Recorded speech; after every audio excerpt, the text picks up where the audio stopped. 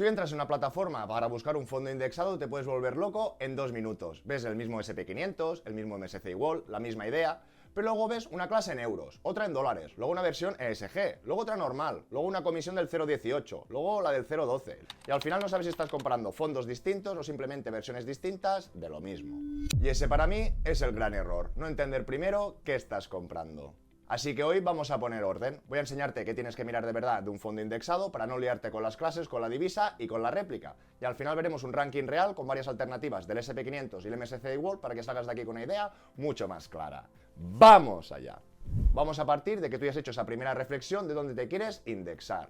Porque no es lo mismo irte a un índice como el Nasdaq con 100 empresas y mucha concentración en la tecnología, que el SP500, que ya recoge las 500 mayores empresas de Estados Unidos, que saltar al mundo desarrollado con MSCI World o FTSE Develop, o irte todavía a algo más amplio, como ese ACWI, el All World, el IMI o el Global All Cap. Recordar ese binomio rentabilidad-riesgo. Normalmente la máxima diversificación no te va a dar la máxima rentabilidad, porque normalmente esa rentabilidad suele venir más concentrada.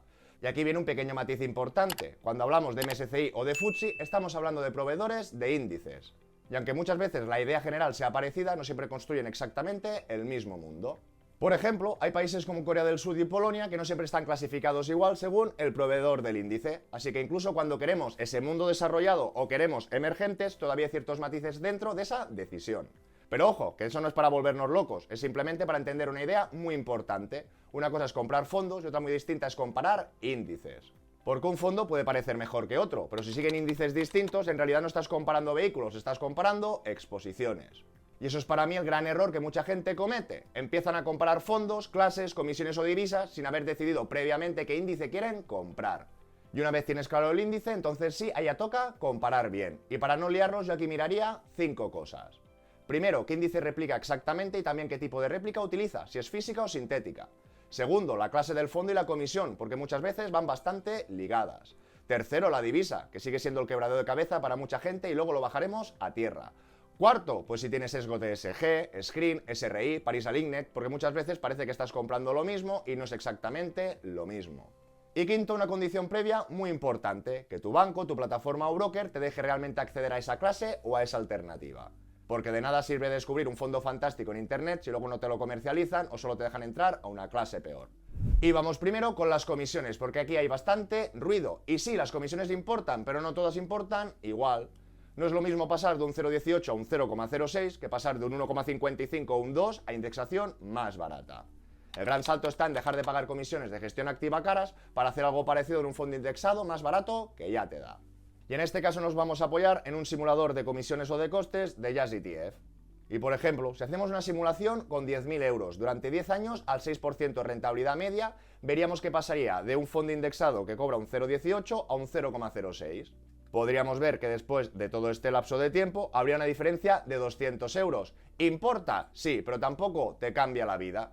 ¿Por qué? Porque estaríamos viendo que tú para ahorrar estos 10.000 euros, pues sería por ejemplo 166 euros al mes durante 5 años, y lo que os quiero decir que 200 euros a 10 años sobre 10.000 hablaríamos de un 2%. ¿Que hay diferencia? Pero podemos ver pues, que sería muy pequeñita a valores relativos. Ahora bien, si bajamos un poquito más y comparamos este 0,12 con este 0,6, que la diferencia ya no vendría de un 0,18, pues vemos que se reduce la distancia o esta diferencia a la mitad. En vez de 200 euros, 100 euros. Pero volvemos a hablar de un punto entero a 10 años. En cambio, si ya bajamos y comparamos un fondo que nos cobrase un 1,55 respecto a otro que cobrara un 0,06, ya vemos que no hablamos ni de 100 ni de 200. Estaríamos hablando de 2.300 euros, que respecto al nominal de los 10.000 ya hablaríamos de un 23% a 10 años, que esto sí que tiene más peso. Y por supuesto que todo el mundo entienda que esto nos afectará negativamente, es decir, las comisiones van en detrimento cuanto más tiempo y más interés. Si en vez de un 6 fuera un 10, pues podemos ver que esta diferencia que antes eran 2.300 euros, que era un 23% a 10 años, pues aquí veríamos que se estaría incrementando ya casi un 33% en esos 10 años.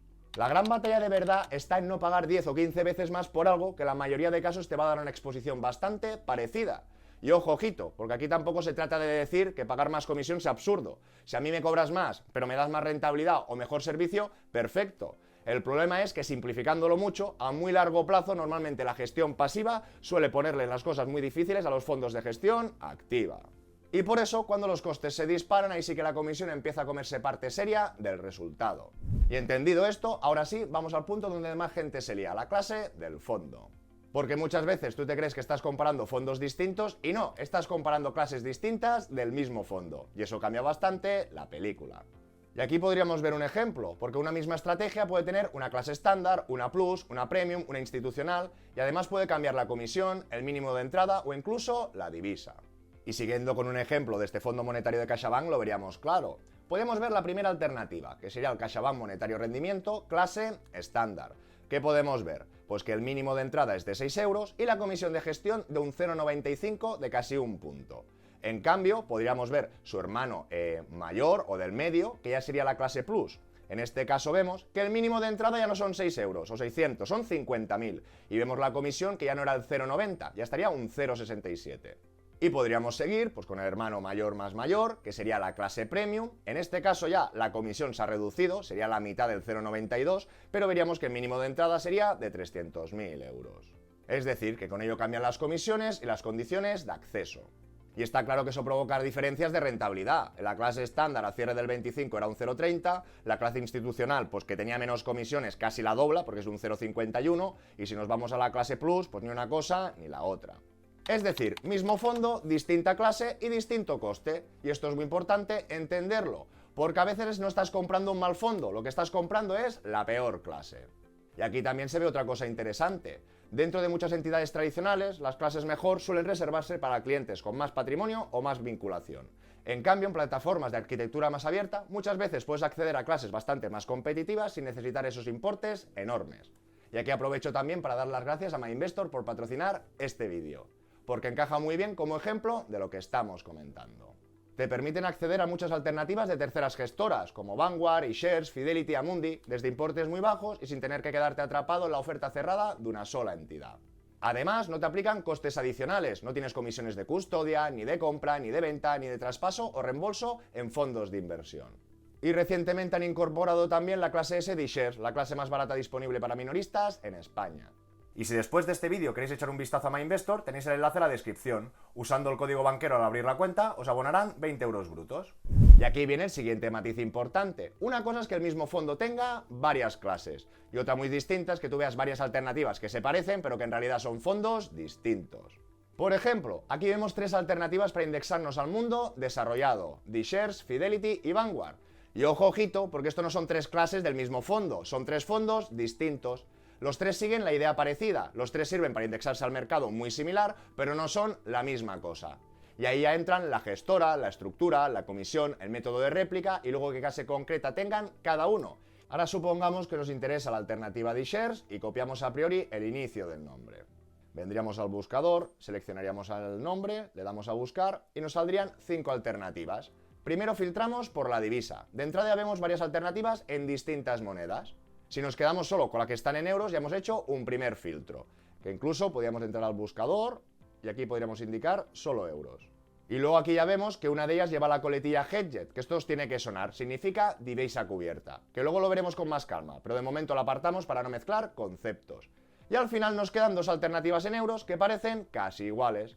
Y aquí sí que la diferencia está en la clase. Una es la clase S y otra sería la clase D. ¿Y cómo salimos de dudas? Pues primero, entrando en la propia ficha que nos da la plataforma, porque ahí podremos ver una primera diferencia en coste. Por lo tanto, seleccionaríamos la primera, podríamos ver que el mínimo de inversión es 0, si bajamos podríamos ver que la gestión o los costes sería un 0,04, podríamos volver atrás, y ahora podríamos seleccionar la clase D. Aquí que vemos que el mínimo también es 0 o 1 euro, pero aquí sí que vemos que la comisión de gestión es un 0,04, ya vemos que sería un poco el doble. Pero señoras y señores, si de verdad queremos confirmarlo bien, entonces sí tendríamos que ir al kit, que es donde ahí ya lo aterrizamos todo. Y en este caso ahora accedemos a la ficha de la clase S. Y lo primero que tendríamos que confirmar es pues qué índice replica y qué método de réplica utiliza. Pues sencillamente tendríamos que leer, irnos a objetivos. El fondo tiene por objetivo tener una rentabilidad de su inversión a través de una combinación de revalorización de capital y de rendimientos de los activos del fondo, que refleje la rentabilidad de los mercados de renta variable del mundo desarrollado. Ok, nos están diciendo que estaríamos representando siguiendo el mundo desarrollado. ¿Pero qué índices? FTSE, MSCI, pues seguimos leyendo. El fondo se gestiona de forma pasiva e invierte tanto como sea posible y viable en valores de renta variable, por ejemplo acciones, que componen MSCI World Index, el índice de referencia del fondo. Perfecto, ya sabemos que es pasivo, ya sabemos que réplica real, porque no nos habla de sintéticos, y que replica el MSCI World. Ahora también podemos comprobar si las participaciones son acumulativas o distributivas, es decir, si va repartiendo dividendo o si los va acumulando dentro del propio fondo. Sus participaciones serán acumulativas, es decir, los rendimientos por dividendos serán incorporados a su valor. Que normalmente para el largo plazo tiene bastante sentido porque te ahorras tener que reinvertir tú manualmente y además difieres la tributación hasta que vendas. Y también podemos ver el mínimo que aparece en la ficha oficial. Y aquí también pasa una cosa curiosa de entender. Aquí nos están indicando que el mínimo de entrada son 200 millones de euros. Pero eso no significa que tú necesites automáticamente ese dinero. Lo importante es si la plataforma te deja acceder a esa clase como minorista. Y en este caso concreto, como MyInvestor sí que nos deja entrar, pues ya podemos comparar bien. Y si seguimos bajando, podríamos confirmar esos costes. Nos hablarían de un 0,06 y los costes operativos hablaríamos de un 0,07. En cambio, podríamos entrar en la otra ficha o en el otro kit de la clase D. En este sentido, veríamos que lo inicial es todo igual, está referenciado a este MSCI World, podemos ver también que estas participaciones son acumulativas, pero de entrada nos decían que el mínimo de entrada era inferior, no eran 200 millones de euros, sino 100.000 euros. Pero en este caso ya sabemos que por la plataforma nuestro proveedor financiero nos rompe esta barrera de entrada o nos la deja más asequible. Y de la misma manera, si seguimos bajando, nos sale el mismo índice de riesgo, y aquí donde tendremos la diferencia por esta clase, sí que hablamos de un mismo fondo de inversión con distintas clases, pues aquí vemos que los costes operativos son iguales, pero aquí ya vemos que esto sería el doble. En vez de estar en un 0,06, 0,07, pues estaríamos en un 0,12, 0,13. Es decir, aquí sí que vemos que las dos clases siguen el mismo índice, que las dos son acumulativas, que no hay sesgos extraños de por medio y que una sale claramente más barata que la otra. Pues la conclusión es bastante clara. Si puedes acceder a una clase más barata, mejor. Y ahora que ya hemos visto cómo las clases y las comisiones pueden cambiar bastante la película, sí que merece la pena parar un momento, no todos los puntos que más dudas genera, la divisa. Lo primero que todo el mundo tiene que entender es en qué está invirtiendo realmente. Si tú inviertes en un fondo del IBEX, el subyacente está en euros. Pero si tú inviertes en un fondo que siga el SP500, aunque la clase del fondo esté en euros, el subyacente, es decir, las acciones que hay dentro, siguen siendo americanas y por tanto están en dólares. Entonces, ¿qué cambia? Pues cambia quién hace ese cambio de divisa y quién tiene luego ese control. Si tú compras una clase en euros, normalmente ese cambio ya te lo está haciendo la propia gestora dentro del fondo. Y en cambio, si compras una clase en dólares, ahí pueden pasar dos cosas. La primera, que tú tengas una cuenta en euros y aún así compres una clase en dólares. Pues en ese caso, tu banco o la plataforma es quien te está haciendo la conversión para entrar. Y la segunda, que tú ya tengas directamente una cuenta en dólares, porque previamente tú ya has hecho un cambio de euros a dólares y luego tienes que invertir desde allí. ¿Y por qué importa esto? Porque fiscalmente no es exactamente lo mismo. Si el cambio te lo hace la gestora dentro de una clase en euros, tú no tienes que preocuparte tanto por ese movimiento. Pero si tú has cambiado euros por dólares en una fecha concreta, entonces tú tienes que tener en cuenta ese cambio de divisa y su posible efecto fiscal. Yo, por ejemplo, tengo una posición de un fondo del SP500, pero que está en dólares. Y aquí se ve una cosa interesante. Tú por fuera, pues ves este saldo aunque ponga euros, que sería en dólares. Pero luego tienes que entrar dentro para ver esta foto que te sale. Es decir, desde fuera parece que esté ganando casi un 46%, pero esto es en dólares. Cuando se hace el cambio de divisa estoy ganando, pero no casi un 46, sino un 35. No estoy ganando 483, estoy ganando 400. Y yo por sencillez, pues yo prefiero tener ya directamente una emisión en euros que no tenga que entrar dentro para ver realmente lo que estaba ganando. Y si alguien pregunta por qué hice esta emisión, es precisamente para hacer vídeos y poderlo representar y explicar.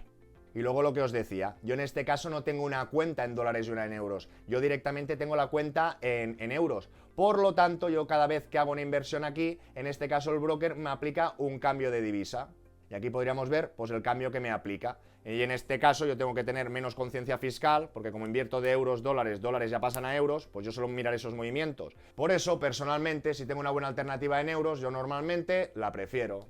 No porque la clase de dólares sea mala, sino porque me simplifica mucho la vida y me evita añadirme más deberes fiscales y más control de divisa del necesario. Y luego está la coletilla que había salido antes, que es el famoso hedged o divisa cubierta. Y aquí la idea sencilla sería esta. Te reduce el impacto de la divisa, pero normalmente también te sube algo de coste. ¿Tiene sentido? Puede tenerlo en algunos casos. Por ejemplo, en determinados fondos de renta fija o en perfiles muy concretos. Pero para gente de renta variable global a largo plazo y más si haces aportaciones periódicas, yo personalmente no me complicaría demasiado con eso. Y de hecho, ya os dejo otro vídeo por aquí más específico, donde hablo con eso con más calma, pero que tiene más miga de lo que parece. Y entendido ya la clase, la réplica, comisión, divisa, ahora sí que estamos en disposición de ver el ranking con mucho más criterio. Ya nos encontramos en el Excel, mi primer millón, gratuito sin registro, que lo dejaré en la descripción del vídeo. Y todo el mundo que lo quiera utilizar o manipular deberá ir al archivo y hacer una copia. Y ahora sí, con todo lo anterior, vamos a aprovechar este ranking, porque ahora ya no miramos solo los nombres. Ahora ya sabemos que tenemos que ver antes de elegir el fondo, el índice, la clase, la comisión, la divisa, el tipo de réplica y si hay sesgos o filtros por el medio. Y podríamos empezar con un ejemplo del SP500. Y vemos alternativas bastante conocidas. Tenemos un ejemplo de Fidelity, de Vanguard, de Amundi y la clase S de Shares.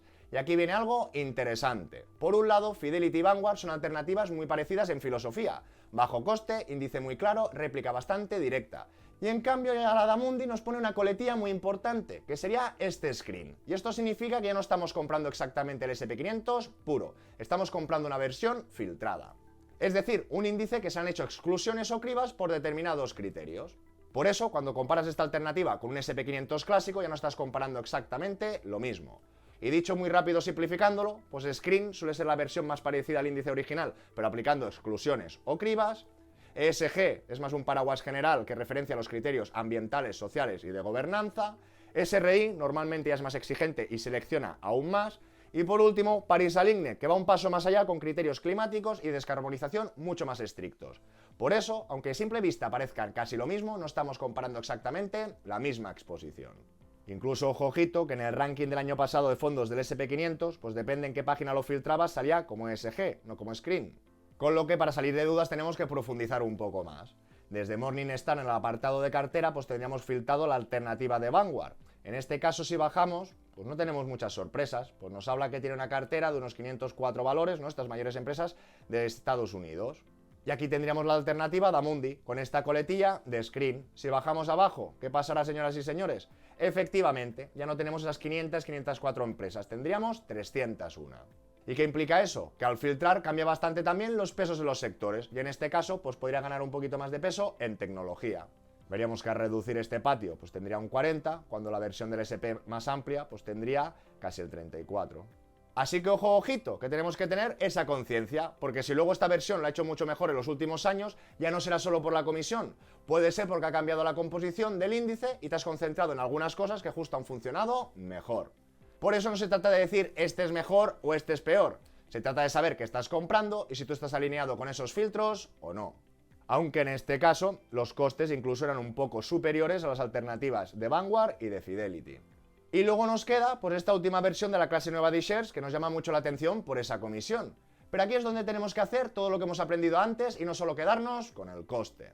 Y efectivamente tenemos que leer ese kit, esa letra pequeña, igual que antes en objetivos. El fondo se gestiona de forma pasiva y podrá invertir en valores de renta variable, como acciones, cotizados y negociados de mercados regulados de Estados Unidos. Perfecto. Así como en instrumentos financieros derivados. Ojo, ojito, señoras y señores. Incluidos los contratos de futuros del SP500 negociados en bolsa. Un contrato de futuros es un contrato por el que el fondo acuerda comprar y vender un activo subyacente a un precio determinado en el futuro. Es decir, que no es que sea mejor y peor, pero leyendo la ficha nos damos cuenta que mientras la alternativa de todo el mundo desarrollado incluía réplica física, esta alternativa que invierte en el SP500 sí que vemos que aparte de réplica física también cuenta con esos futuros o réplica sintética.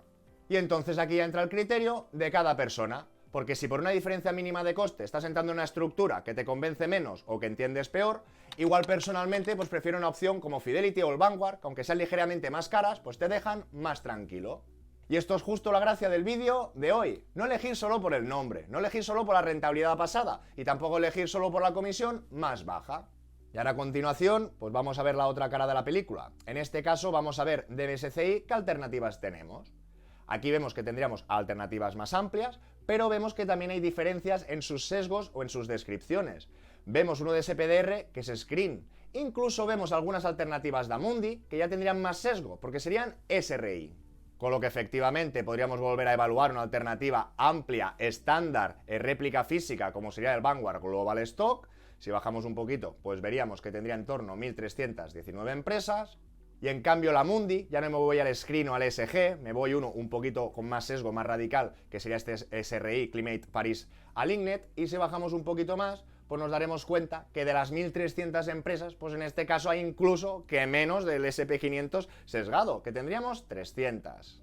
Y podríamos acabar de filtrar la alternativa de SPDR Screen, que en este sentido sería menos radical que la SRI o Paris Alignet, y si bajamos un poco, pues nos damos cuenta que de las 1.300 empresas que tenía pues, el MSCI estándar, para entendernos, con este sesgo Screen, pues tendríamos 1.232, pero que no nos vamos de manera tan radical a esta alternativa de todo el mundo que no tenía ni 300.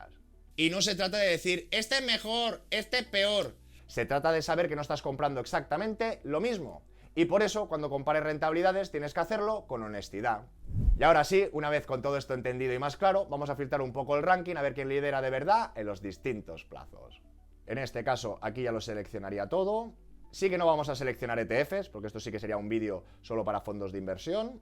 Y para que todo el mundo lo vea bien en el móvil o en la tele o donde sea, pues lo hago un poquito más amplio. Vosotros ya sabéis que desde casa podéis hacer copias, lo podéis ampliar más o menos. Vamos a organizar la rentabilidad de los últimos 3 años.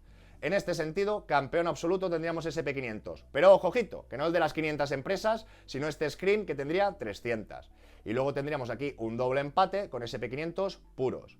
Aquí lo que hablamos o no de las comisiones. En este caso el de Fidelity era un poco más caro que el de Vanguard. Y estaríamos viendo porque hay diferencias. Pero quizá unas diferencias que no justifican esto. Una cosa es el índice, que veremos que los SP500 están bastante juntitos, y lo otro, escoger otro índice con otro sesgo, que es lo que decíamos antes, ya estaríamos comparando peras con manzanas. Y efectivamente, pues en este lapso de tiempo, pues ha predominado Estados Unidos, y si bajamos abajo, pues ya podríamos ver alternativas que serían más o de terceras gestoras, gestión activa, o de la banca tradicional.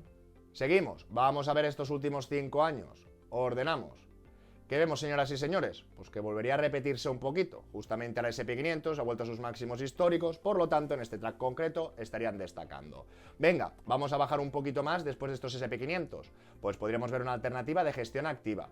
Luego aquí ya estaríamos viendo otra alternativa. Ojo, ojito, porque la clase SD-Shares de todo el mundo, la que es réplica física, como tiene muy poquita antigüedad, pues normalmente se nos va a quedar fuera de estos rankings. Incluso ya no la teníamos en el ranking de los últimos 3, pero tenemos que entender que es similar. Porque aquí estamos jugando con históricos, con que lo que tienen o lo que no tienen, con lo que cada uno, pues insisto, tiene que escoger ese índice, luego filtrar las diferentes alternativas y ver qué pasa o deja de pasar.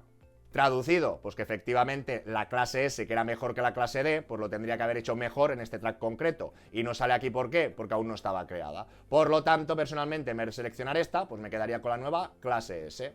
Luego, ¿qué vemos o dejamos de ver? Pues que tendríamos la alternativa del Fidelity de todo el mundo muy pegadita, porque hemos visto que las comisiones están muy ajustadas.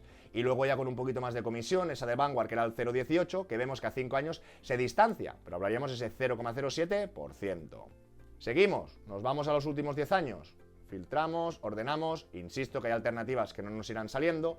Aquí podríamos ver otra vez como este sesgo Screen, que coincidía que daba más peso a la tecnología, pues está brillando mucho, pero que todo el mundo sepa que no serían 500 empresas, sino que serían 300. Aquí ya podríamos ver, pues otra vez SP500. ¿Por qué no sale el Fidelity? Pues volvemos a lo mismo, porque la versión del Fidelity era más nueva y no llega en este track. Lo que sí que vemos un poco de distancia de estos 13%, allá unos 11. ¿Que estos 11 de qué vienen? Pues de MSCI. Lo que fijaros, este no tiene sesgo, este tampoco tiene sesgo, este de SPDR sí que es Screen, en vez de 1.300 tenía 1.200. Esto, ojo, ojito, aquí no me he pronunciado, pero es lo mismo. Vemos dos alternativas indexadas al mundo, réplica física de Amundi, pero uno es la clase I, que es más económica que la otra. Pues si tú tienes disponible en tu bloque estas dos alternativas, en vez de quedarme la del 0,30, pues me quedaría la del 0,20. Y ya, señoras y señores, saltamos al track más largo disponible de estas versiones disponibles a 15 años. Y aquí, sobre todo, el ejercicio un poco práctico y que tiene que todo el mundo que le sorprenda, es que a 15 años, hablar de un 14, a un 10 o a un 7, pues vemos diferencias de tener 30.000, una inversión inicial de 10.000, que ganes 20.000, aquí que ganes 36.000 o aquí que estés ganando 64.000. Por eso sí que creo que es importante no fijarnos en el toro pasado, pero antes que quizá alternativas de gestión activa de banca tradicional, que creo que con lapsos de tiempo bastante amplios podemos ver pues, que no han sido muy eficientes, aunque no sabemos el toro pasado, comparando con otras alternativas más sencillas, creo que más eficientes en costes y de momento unos resultados que más me gustan. Y una vez más, pues tendríamos este sesgo de Screen, que tendríamos arriba, luego SP500, luego vendría MSCI World, este Screen, aquí vendría gestión activa, aquí ya tendríamos, esta sería, ¿ves? Una alternativa diferente. Aquí tendríamos un Vanguard de todo el mundo desarrollado, es decir, no tenemos emergentes, pero sí que tenemos pequeñas empresas y con el sesgo ESG, sería otra alternativa. Y Y una vez más a 15 años pasa lo mismo. Normalmente la concentración de Estados Unidos ha sido más rentable y muchas alternativas activas de la banca tradicional se quedan por detrás. No siempre, no en todos los casos, pero la foto general creo que se ve bastante bien.